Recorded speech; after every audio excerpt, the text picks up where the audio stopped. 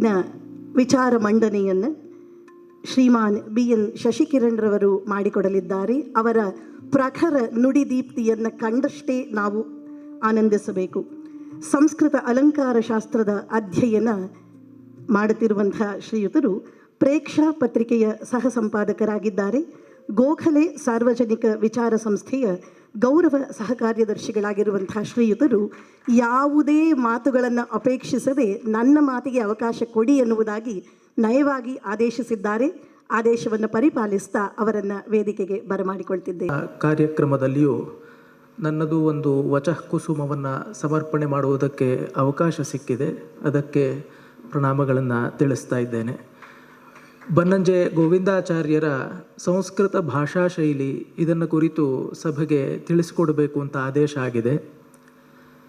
ನಾನು ಪ್ರಧಾನವಾಗಿ ಇಲ್ಲಿ ಬನ್ನಂಜೆಯವರ ಸಂಸ್ಕೃತದ ಗದ್ಯ ರಚನೆಗಳನ್ನು ಗಮನದಲ್ಲಿಟ್ಟುಕೊಂಡು ಮಾತನಾಡ್ತೇನೆ. ಇದಕ್ಕೆ ಪ್ರಧಾನವಾಗಿ 2 ಕಾರಣ. ಒಂದು, ಅದರಿಂದ ನಾನು ಕಲಿತದ್ದು ಹೆಚ್ಚು. ಮತ್ತೊಂದು, ಈ ರೀತಿಯ ಗದ್ಯ ರಚನೆಗಳಲ್ಲಿಯೇ ಬನ್ನಂಜೆಯವರ ವೈಶಿಷ್ಟ್ಯವು ಕಂಡುಬರುತ್ತೆ ಅಂತ ನನ್ನ ಒಂದು ಭಾವನೆ. ಸಂಸ್ಕೃತ ಗದ್ಯ ಸಾಹಿತ್ಯವನ್ನು, ಅದರ ಪರಂಪರೆಯನ್ನು ನಾವು ಸ್ವಲ್ಪ ಅವಲೋಕನ ಮಾಡಿದರೆ ಅದರಲ್ಲಿ ಪ್ರಾಯಶಃ 3 ರೀತಿಯ ವಿಭಾಗವನ್ನು ನಾವು ಅಧ್ಯಯನದ ಆನುಕೂಲ್ಯಕ್ಕಾಗಿ ಕಲ್ಪಿಸಿಕೊಳ್ಳಬಹುದು ಅಂತ ಕಾಣುತ್ತೆ. ಒಂದು ಹಂತದಲ್ಲಿ ಅದರಲ್ಲಿರುವಂತಹ ಗದ್ಯ ಕಾವ್ಯಗಳು, ಚಂಪೂ ಕಾವ್ಯಗಳು ಎಲ್ಲವೂ ಪ್ರಾದುರ್ಭಾವವಾದದ್ದನ್ನು ನಾವು ಗಮನಿಸಬಹುದು. ಅದರಲ್ಲಿ ಬಳಕೆಯಾಗುವಂತಹ ಭಾಷೆ ಅದು ಆಲಂಕಾರಿಕವಾಗಿರುತ್ತೆ, ಶಬ್ದಾರ್ಥ ಅಲಂಕಾರಗಳಿಂದ ಕೂಡಿರುತ್ತೆ. ಮತ್ತೊಂದೆಡೆಯಲ್ಲಿ ರೂಪಕಗಳಲ್ಲಿ ಪ್ರಯೋಗವಾಗುವಂತಹ ಒಂದು ಭಾಷೆ ಸಹಜವಾಗಿ ಸಂಭಾಷಣೆಯ ಒಂದು ಸೊಬಗನ್ನು ಒಳಗೊಂಡಿರುತ್ತದೆ.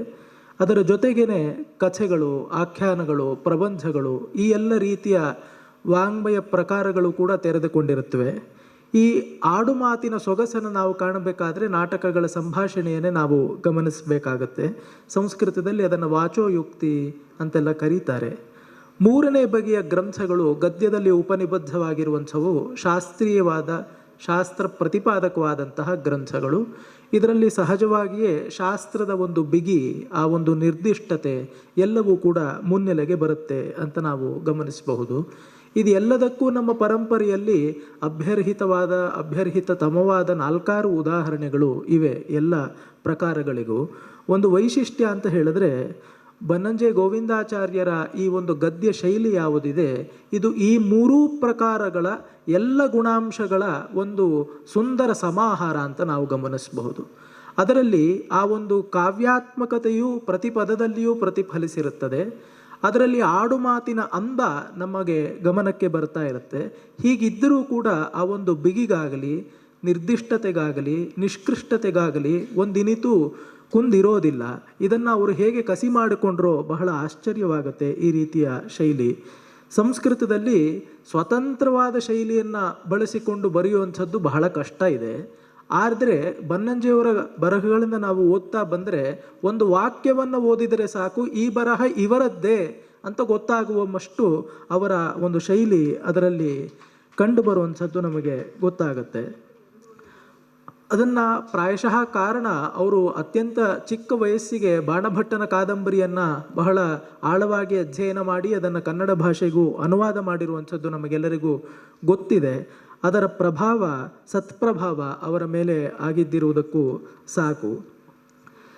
ಚಿಕ್ಕ ಚಿಕ್ಕ ವಾಕ್ಯಗಳಲ್ಲಿ ಅವರು ಗದ್ಯ ಬರವಣಿಗೆಗಳನ್ನು ಮಾಡ್ತಾ ಇರ್ತಾರೆ.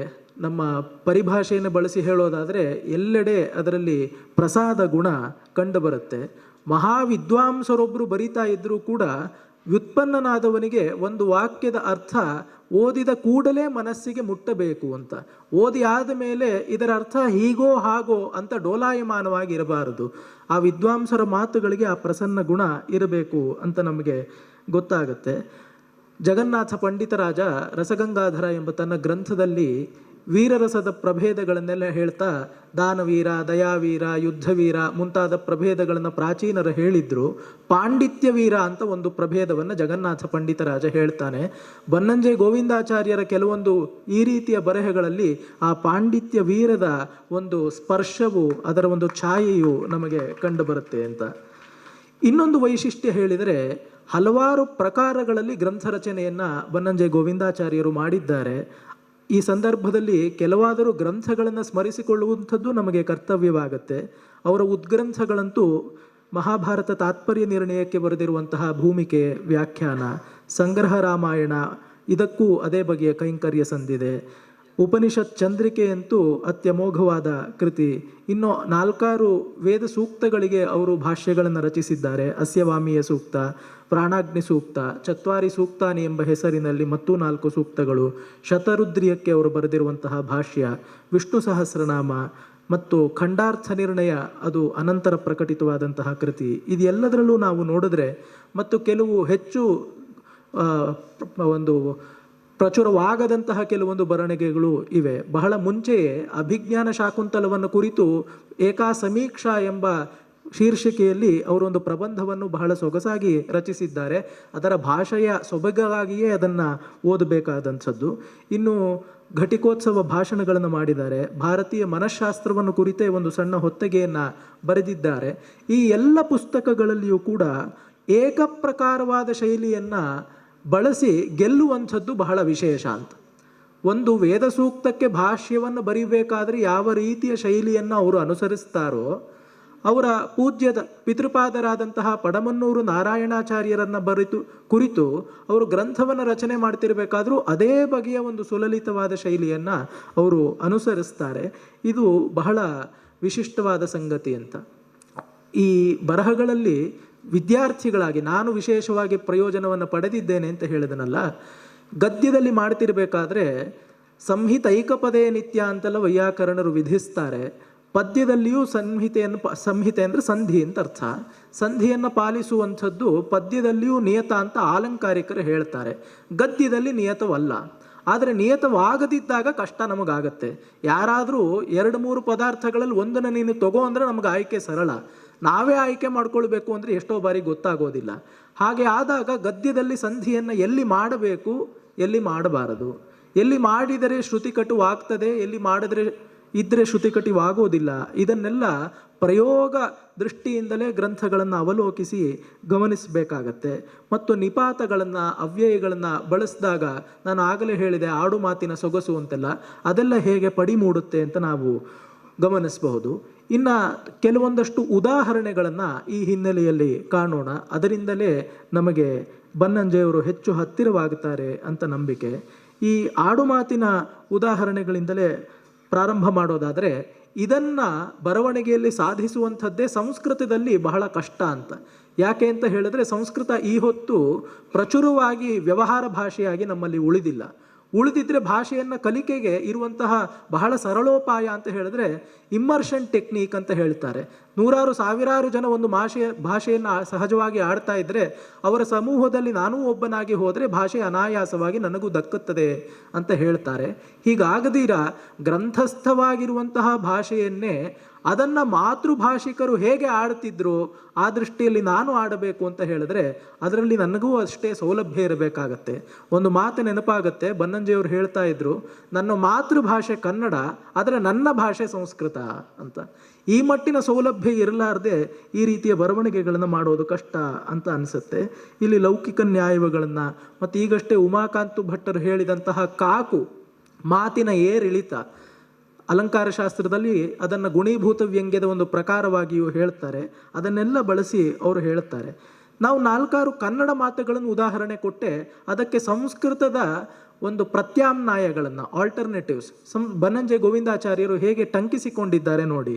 ನಾವೇನೋ ಮಾತಾಡ್ತಿರ್ಬೇಕಾದ್ರೆ ಬೇರೆ ಮಾತು ಹಾಗಿರಲಿ ಅಂತ ಸಹಜವಾಗಿ ಹೇಳ್ತೀವಲ್ಲ, ಅದನ್ನು ಸಂಸ್ಕೃತದಲ್ಲಿ ಆಸ್ತಾ ಮನ್ಯಾವಾರ್ತ ಅಂತ ಹೇಳ್ತಾರೆ. ಬೇರೆ ಮಾತು ಹಾಗಿರಲಿ ಅಂತ. ಸ್ವರ್ಗಕ್ಕೆ 3 ಗೇಣು ನಾವೆಲ್ಲರೂ ಬಳಸ್ತೀವಿ, ಗಾದೆ ಮಾತಾಗೂ ಬಳಸ್ತೀವಿ. ವಿತಸ್ತಿ ಮಾತ್ರೋ ನಾಕಲೋಕಃ ಅಂತ ಹೇಳ್ತಾರೆ. ವಿತಸ್ತಿ ಮಾತ್ರೋ ನಾಕಲೋಕಃ, ಮಾತ್ರಚ್ ಪ್ರತ್ಯಯವನ್ನು ಹಾಕಿ ವಿತಸ್ತಿ ಅಂತ ಹೇಳಿದ್ರೆ 12 ಅಂಗುಲಗಳ ಒಂದು ಪರಿಮಾಣ.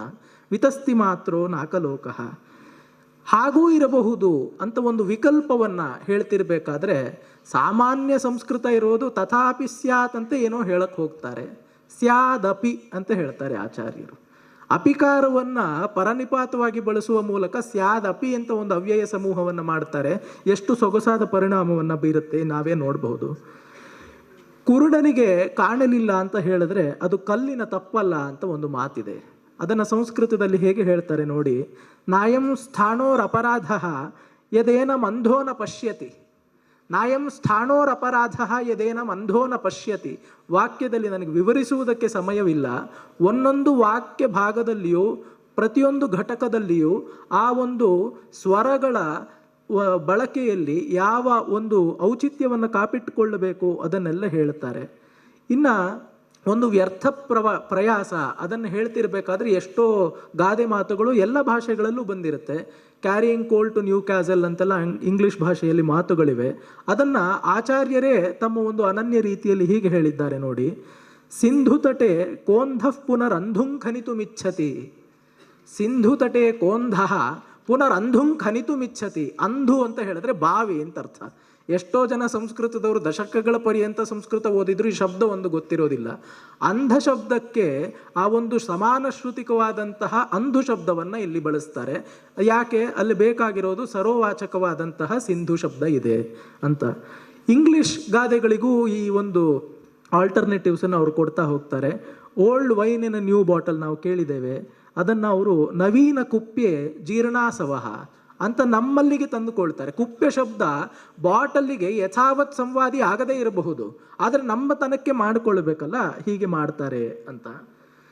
ಮತ್ತು ಕೆಲವೊಂದು ಕಡೆ ನಾನು ಕಾಕುವಿನಿಂದ ಹೇಳ್ತಾರೆ. ಮತ್ತು ಆಚಾರ್ಯರಿಗೆ ಯಾವುದೇ ಆದರೂ ಒಂದು ಪಾರಂಪರಿಕ ವಿಷಯವನ್ನು ಅನ್ಯಥಾ ವ್ಯಾಖ್ಯಾನ ಮಾಡಿದ್ರೆ ಅವರು ಅದನ್ನು ಬಹಳ ಕಟುವಾಗಿಯೇ ಬರೀತಾರೆ. ಇದನ್ನು ಹೇಳ್ತಿರ್ಬೇಕಾದ್ರೆ ಅದವರ ಭ್ರಮೆ ಅಂತೆಲ್ಲ ನಾವು ಹೇಳಬೇಕಲ್ಲ. ಸಂಸ್ಕೃತದಲ್ಲಿ ಅದನ್ನು ಹೇಳ್ತಿರ್ಬೇಕಾದ್ರೆ ಭಗವಾನ್ ಭ್ರಮಃ ಅಂತ ಅವ್ರು ಹೇಳ್ತಾರೆ. ಭ್ರಮ ಶಬ್ದಕ್ಕೆ ಭಗವತ್ ಶಬ್ದವನ್ನು ವಿಶೇಷಣವಾಗಿ ಬಳಸ್ಬೋದು ಅಂತ ಯಾರಿಗಾದರೂ ತೋರಿರುತ್ತೆ. ಇದನ್ನು ಸ್ತ್ರೀಲಿಂಗದಲ್ಲೂ ಮಾಡ್ತಾರೆ. ಭಗವತಿ ಭ್ರಾಂತಿ ಹೃದಯಾಯ ಅಂತ ಒಂದೆರಡು ಕಡೆ ಬರೀತಾರೆ. ಹೀಗೆ ಎಷ್ಟೋ ಉದಾಹರಣೆಗಳನ್ನ ನಾವು ಗಮನಿಸಬಹುದು. ಇನ್ನೊಂದೆರಡು ಪ್ರಕಾರಗಳನ್ನು ಬೇಗದಲ್ಲಿ ನಾನು ಪ್ರಸ್ತುತಪಡಿಸೋದಾದರೆ, ಮಾತಿನಲ್ಲಿ ಗದ್ಯದಲ್ಲಿ ನಮ್ಮ ವಾಗ್ ವಿಸರ್ಗ ಮುಂದುವರಿತಿರಬೇಕಾದ್ರೆ ಯಾವುದಾದ್ರೂ ಒಂದು ಬಗೆಯ ಮೊನಾಟನಿ ಅಂತ ಬಂದ್ಬಿಡುತ್ತೆ, ಜಾಮಿತೆ, ಅದರಲ್ಲಿ ಕೇಳುವವರಿಗೆ ಬೇಸರ ಉಂಟಾಗುತ್ತೆ. ಹಾಗಾಗಿ ಏಕಪ್ರಕಾರವಾಗಿ ಸಾಗುತ್ತಾ ಇರುವಂತಹ ಮಾತಿಗೆ ಮತ್ತೊಂದು ಹಾದಿಯಲ್ಲಿ ಅದನ್ನು ಮುನ್ನಡೆಸಬೇಕು ಅಂತಾದಾಗ ಅದರಲ್ಲಿ ಪದ್ಯದ ಒಂದು ಝಲಕ್, ಒಂದು ಛಾಯೆಯನ್ನು ತಂದರೆ ಸಂಸ್ಕೃತದಲ್ಲಿ ಅದನ್ನು ಪದ್ಯಗಂಧಿ ಅಂತ ಕರೀತಾರೆ. ಪೂರ್ತಿಯಾಗಿ ಪದ್ಯವಲ್ಲ, ಪದ್ಯದ ಒಂದು ಗಂಧ ಇದೆ ಅಂತ. ಅದರಲ್ಲಿ ಸಹಜವಾಗಿ ಸಂಸ್ಕೃತದಲ್ಲಿ ಬರುವಂಥದ್ದು ಅನುಷ್ಠುಪ್ ಛಂದಸ್ಸು. ಅದನ್ನು ಹೇಗೆ ಇಲ್ಲಿ ಮಾಡ್ತಾರೆ ನೋಡಿ. ಅವರು ಮಹಾಭಾರತ ತಾತ್ಪರ್ಯ ನಿರ್ಣಯದ ದ್ವಿತೀಯ ಭಾಗದ ಕೊನೆಗೆ ಅನುಬಂಧವಾಗಿ ಪ್ರತನ ಪ್ರಯೋಗ ಮೀಮಾಂಸಾ ಅಂತ ಮಾಡಿದ್ದಾರೆ. ಅಲ್ಲಿಯೂ ಕಾಣುತ್ತೆ, ಎಷ್ಟೋ ಉಪಶೀರ್ಷಿಕೆಗಳಲ್ಲಿಯೂ ಈ ಬಗೆಯ ವಾಕ್ಯಖಂಡಗಳು ಕಾಣುತ್ತೆ. ಪರ್ಯದರ್ಶಯದ ಐಕಾರ್ಥ್ಯಂ ಅಂತ ಒಂದು ಮಾತಿದೆ. ಇದನ್ನು ಗದ್ಯ ಬರವಣಿಗೆಯಲ್ಲಿ ಅವರು ಬರೀತಾ ಇರೋದು. ಅವರು ವ್ಯಾಸ ಮಹರ್ಷಿಗಳನ್ನು ಕುರಿತು ಹೇಳ್ತಿರ್ಬೇಕಾದ್ರೆ ಎಷ್ಟೋ ಗ್ರಂಥಗಳಲ್ಲಿ ಇರುವಂತಹ ಆಪಾತತಃ ವಿಪ್ರಕೀರ್ಣವಾಗಿ ಕಾಣುವಂತಹ ಮಾತುಗಳಿಗೆ ಏಕಾರ್ಥತೆಯನ್ನು ಕಂಡರಿಸಿದರು ಅಂತ ಅರ್ಥ. ಪರ್ಯದರ್ಶಯದ ಐಕಾರ್ಥ್ಯಂ ಅಂತ ಹೇಳಿದ್ರೆ ಅನುಷ್ಠುಪ್ ಛಂದಸ್ಸಿನ ಒಂದು ಸಾಲು.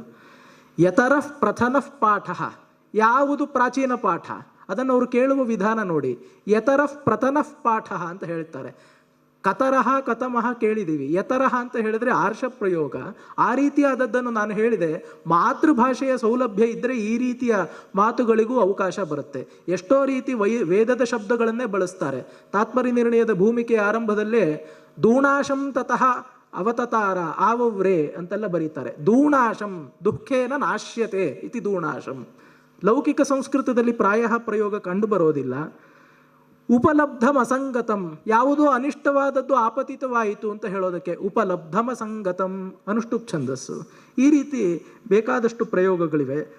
ನೈಸ್ಪೃಹ್ಯಂ ಪರಮಂ ಸುಖಂ ಇದೆಲ್ಲವೂ ಅನುಷ್ಠುಪ್ ಛಂದಸ್ಸೆ. ಮತ್ತು ಪ್ರಾಚೀನವಾದ ಶಾಸ್ತ್ರೀಯ ಕ್ರಮ, ಒಂದೆರಡು ಉದಾಹರಣೆಗಳನ್ನು ಹೇಳಿ ನಾನು ಉಪಸಂಹಾರ ಮಾಡ್ತೇನೆ. ಅವರು ತಮ್ಮ ಹೆಸರನ್ನೇ ಬರ್ಕೊಳ್ತಾ ಇದ್ದಿದೆ ನೋಡಿ ಸಂಸ್ಕೃತದಲ್ಲಿ. ಬನ್ನಂಜೆ ಪದೋಪಾಹ್ವ ಆಚಾರ್ಯ ಗೋವಿಂದ ಅಂತ ಬರ್ಕೊಳ್ತಾ ಇದ್ರು.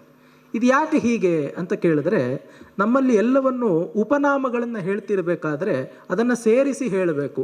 ಇವಾಗ ಅರ್ಜುನೋ ಭಾರದ್ವಾಜ, ಇನ್ಯಾರೋ ಅವ್ರ ತಾಯಿಯನ್ನು ಹೇಳೋದಾಗಲಿ, ಕಾಣೇಲಿ ಮಾತಃ ಅಂತ ಹೇಳೋದಾಗಲಿ, ಈ ರೀತಿಯಾಗಿ ಉಪನಾಮಗಳನ್ನು ಹೇಳುವಂತಹ ಒಂದು ಕ್ರಮವೇ ನಮ್ಮಲ್ಲಿ ಇದೆ. ಕುಂತಿ ಮಾತಃ ಅಂತ ಹೇಳಬಹುದು ಭೀಮಸೇನನಿಗಾಗಲಿ ಬೇರೆಯವ್ರಿಗಾಗಲಿ, ಈ ರೀತಿಯ ಪ್ರಯೋಗಗಳು. ಬನ್ನಂಜೆ ಪದೋಪಾಹ್ವ ಉಪಾಹ್ವ ಅಂದರೆ ಉಪನಾಮ ಅಂತ ಅರ್ಥ. ಬನ್ನಂಜೆ ಉಪಾಹ್ವ ಅಂತಲೇ ಹೇಳಬಹುದಾಗಿತ್ತು. ಅಂದರೆ ಅಲ್ಲಿ ಸಂಧಿ ಆಗಬೇಕು, ಅಲ್ಲಿ ಎರಡೂ ಕಡೆ ಸ್ವರಗಳೇ ಇದ್ದರೆ ಸಂಧಿಗೆ ಕಷ್ಟ ಆಗುತ್ತೆ, ಶ್ರುತಿ ಕಟು ಆಗುತ್ತೆ ಅಂತ ಹೇಳಿ ಪದೋಪಾಹ್ವ ಅಂತ ಮಾಡ್ಕೊಂಡಿದ್ದಾರೆ. ಮತ್ತು ಆಚಾರ್ಯ ಗೋವಿಂದ ಅಂತ ಆಚಾರ್ಯ ಪದವನ್ನು ಪೂರ್ವ ನಿಪಾತವಾಗಿ ಮಾಡಿಕೊಂಡಿರುವಂಥದ್ರಲ್ಲಿಯೂ ಸಾರ್ಥಕ್ಯ ಇದೆ. ಈ ರೀತಿ ಅನೇಕ ಈ ಪೂರ್ವ ಪಕ್ಷವನ್ನು ಮಾಡ್ತಿರ್ಬೇಕಾದ್ರೆ ಶಾಸ್ತ್ರೀಯ ಪ್ರತಿಪಾದನೆಯಲ್ಲಿ ನನು ಅಂತ ಪ್ರಾರಂಭ ಮಾಡ್ತಾರೆ, ಸಿದ್ಧಾಂತವನ್ನು ಹೇಳ್ತಿರ್ಬೇಕಾದ್ರೆ ವಸ್ತುತಸ್ತು ಅಂತ ಪ್ರಾರಂಭ ಮಾಡ್ತಾರೆ. ಇದು ಎಲ್ಲವನ್ನೂ ಬಳಸಿಕೊಂಡು ಆ ಪ್ರಾಚೀನ ಕ್ರಮವನ್ನು ಈ ಹೊತ್ತು ಜೀವಂತವಾಗಿ ಉರಿಸಿಕೊಳ್ಳುವುದಕ್ಕೆ ಸಾಧ್ಯ ಅಂತೆಲ್ಲ ಅವರು ಪ್ರದರ್ಶನ ಮಾಡ್ತಾರೆ. ಮತ್ತು ಒಂದಷ್ಟನ್ನು ಹೇಳಿದ ಮೇಲೆ ಅದರಿಂದಲೇ ಓದುಗರು ತಿಳಿದುಕೊಳ್ಳಬಹುದು ಅಂತ ನಮ್ಮ ಒಂದು ಪ್ರಜ್ಞಾವಂತಿಕೆಗೂ ನಿಲುಕುವಂತಹ ಮಾತುಗಳನ್ನು ಹೇಳ್ತಿರ್ಬೇಕಾದ್ರೆ ಒಂದು ಹಂತದಲ್ಲಿ ಇತಿ ದಿಕ್ ಅಂತ ಹೇಳ್ತಾರೆ. ಒಂದಷ್ಟನ್ನು ಹೇಳಿ ಆದಮೇಲೆ ಈ ದಿಶೆಯಲ್ಲಿ ನೀವೇ ಆಲೋಚನೆ ಮಾಡಿದರೆ ತೋರುತ್ತೆ ಅಂತ ತಾತ್ಪರ್ಯ. ಮತ್ತು ಎಷ್ಟೋ ಪಾರಿಭಾಷಿಕ ಶಬ್ದಗಳನ್ನು ನ್ಯಾಯಶಾಸ್ತ್ರದಲ್ಲಿ ಮಾತ್ರ ನಾವು ಕಾಣಬಹುದು. ಅಯೋಗ ವ್ಯವಚ್ಛೇದ, ಅನ್ಯಯೋಗ ವ್ಯವಚ್ಛೇದ, ಇದನ್ನೆಲ್ಲವನ್ನೂ ಸಹಜವಾದ ಗದ್ಯ ಬರವಣಿಗೆಗಳಲ್ಲಿ ಅವರು ತಂದುಬಿಡ್ತಾರೆ. ಮತ್ತು ಎಷ್ಟೋ ವೈಯಾಕರಣ ಪ್ರಯೋಗಗಳು ನಮಗೆ ಮಾತನಾಡ್ತಿರ್ಬೇಕಾದ್ರೇ ಅವರು ಕ್ರಿಯಾಪದದಿಂದ ವಾಕ್ಯವನ್ನು ಆರಂಭ ಮಾಡ್ತಾರೆ ಎಷ್ಟೋ ಬಾರಿ. ಮತ್ತು ಸತ್ತಾರ್ಥಕದಲ್ಲಿ ಸ್ವಲ್ಪ ಎಲ್ಲರಿಗೂ ತಿಳಿದೇ ಹೋಗಬಹುದು, ಆದರೆ ಅವ್ರ ವೈಶಿಷ್ಟ್ಯವನ್ನು ಗಮನಿಸೋದಕ್ಕೆ ಒಂದೆರಡು ಮಾತು ಹೇಳ್ತಾ ಇದ್ದೇನೆ. ಆಸ ಅಂತ ಒಂದು ರೂಪ ಇದೆ. ಇದನ್ನು ಗತಿ ದೀಪ್ತ್ಯೋಹೋ ಅಂತ ಧಾತು ಅದು. ಅದನ್ನು ಇರುವಿಕೆ ಎಂಬ ಅರ್ಥದಲ್ಲಿ ಬಳಸುವಂಥದ್ದು ಕವಿಗಳು ಬಳಸಿದ್ದಾರೆ. ಆದರೆ ಅದರ ಬಗ್ಗೆ 4-6 ಗ್ರಂಥಗಳಲ್ಲಿ ಚರ್ಚೆಯೂ ನಡೆದಿದೆ. ಬನ್ನಂಜೆಯವರು ಇದನ್ನು ವಿಪುಲವಾಗಿ ಬಳಸ್ತಾರೆ. ಆಸ ಎಂಬುದನ್ನು ಸತ್ತಾರ್ಥಕವಾದ ಕ್ರಿಯಾಪದವಾಗಿ ಬಹಳವಾಗಿ ಬಳಸ್ತಾರೆ. ಇನ್ನು ಒಂದೇ ಒಂದು ಉದಾಹರಣೆ ನೋಡಿ, ಇದರಿಂದ ನಾನು ಮುಗಿಸ್ತೇನೆ. ಉಪಸರ್ಗಗಳ ಬಳಕೆಯಿಂದ ಧಾತುವಿನ ಅರ್ಥ ಅದು ಬೇರೆ ಬೇರೆ ಆಗುತ್ತೆ, ಎಲ್ಲರಿಗೂ ಬಾಲಪಾಠದಿಂದಲೂ ತಿಳಿದಿರುತ್ತೆ. ಇದರ ಸೊಗಸಾದ ಉದಾಹರಣೆ, ನಾವು ಒಂದನ್ನೇ ತಿಳಿದಿದ್ದನ್ನೇ ಮತ್ತೆ ಮತ್ತೆ ಅದರ ಆಮ್ರೇಡನ ಮಾಡ್ತಾ ಇರ್ತೇವೆ. ಇಲ್ಲೊಂದು ಸೊಗಸಾದ ಉದಾಹರಣೆ, ಶಾಕುಂತಲದ ಬಗ್ಗೆ ಒಂದು ಪ್ರಬಂಧ ಬರೆದಿದ್ದಾರೆ ಅಂತ ಹೇಳಿದ್ನಲ್ಲ, ಅಲ್ಲಿ ಕಂಡು ಬರುವಂಥದ್ದು. ಶಕುಂತಲೆ ಆಕೆ ಬಂದು ದುಷ್ಯಂತನನ್ನು ನೋಡಿದ ಬಳಿಕ ಅವನಿಗೆ ಹಣ್ಣುಗಳನ್ನು ತಂದು ಕೊಡ್ತಾಳೆ, ಅವನಿಗೆ ಒಳ್ಳೆಯ ಮಾತುಗಳನ್ನು ಹೇಳ್ತಾಳೆ, ಕೊನೆಗೆ ಅವನ ಮನಸ್ಸನ್ನು ಕೂಡ ಅಪಹರಿಸ್ಬಿಡ್ತಾಳೆ. ಇದು ಇಂಗಿತ. ಅದನ್ನು ಆಚಾರ್ಯರು ಹೇಗೆ ಹೇಳಿದ್ದಾರೆ ನೋಡಿ. ಶಕುಂತಲ ತಸ್ಮೈ ರಾಜರ್ಷಯೇ ಸ್ವಾಗತಂ ವ್ಯಾಜಹಾರ ಫಲಾನ್ಯಾಜಹಾರ ಹೃದಯಂಚ ಜಹಾರ. ಒಂದೇ ಧಾತು, ಹೃಧಾತು. ಸ್ವಾಗತಂ ವ್ಯಾಜಹಾರ. ಎಷ್ಟೋ ಜನರಿಗೆ ಯಾವ ವಿಭಕ್ತಿ ಬಳಸಬೇಕು ಕಾರಕ ಅದರ ಪರಿನಿಷ್ಠಿತ ತಿಳುವಳಿಕೆ ಇರೋದಿಲ್ಲ. ಸರ್ವೇಷಾಂ ಸ್ವಾಗತಂ, ಅದಕ್ಕಿಂತ ಸರ್ವೇಭ್ಯ ಸ್ವಾಗತಂ ಸರಿ. ಕಾಳಿದಾಸ ಹೇಳ್ತಾನೆ, ಕಲ್ಪಿತಾರ್ಘಾಯ ತಸ್ಮೈ ಪ್ರೀತಿ ಪ್ರಮುಖ ವಚನಂ ಸ್ವಾಗತಂ ವ್ಯಾಜಹಾರ. ಇಲ್ಲಿ ಅದೇ ರೀತಿ ತಸ್ಮೈ ರಾಜರ್ಷಯೇ ಸ್ವಾಗತಂ ವ್ಯಾಜಹಾರ ಫಲಾನಿ ಆಜಹಾರ.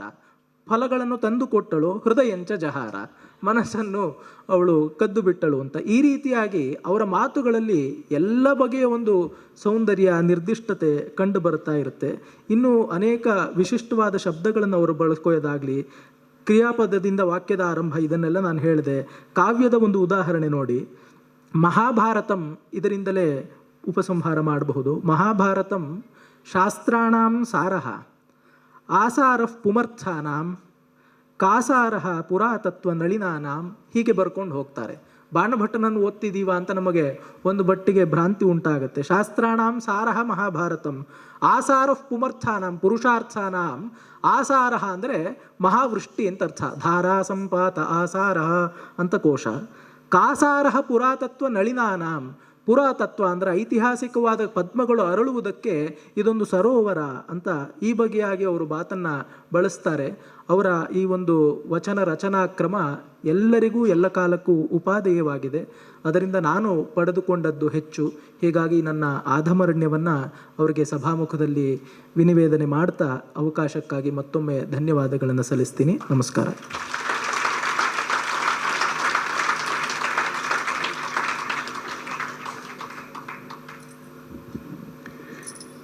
ಅತ್ಯಂತ ವಿಚಾರಭೂಯಿಷ್ಠವಾಗಿ, ಹಿತವಾಗಿ, ಮಿತವಾಗಿ, ಅಷ್ಟೇ ಆಪ್ಯಾಯಮಾನವಾಗಿ ಮಾತನಾಡಿದಂಥ ಶ್ರೀಯುತರಿಗೆ ಧನ್ಯವಾದಗಳು.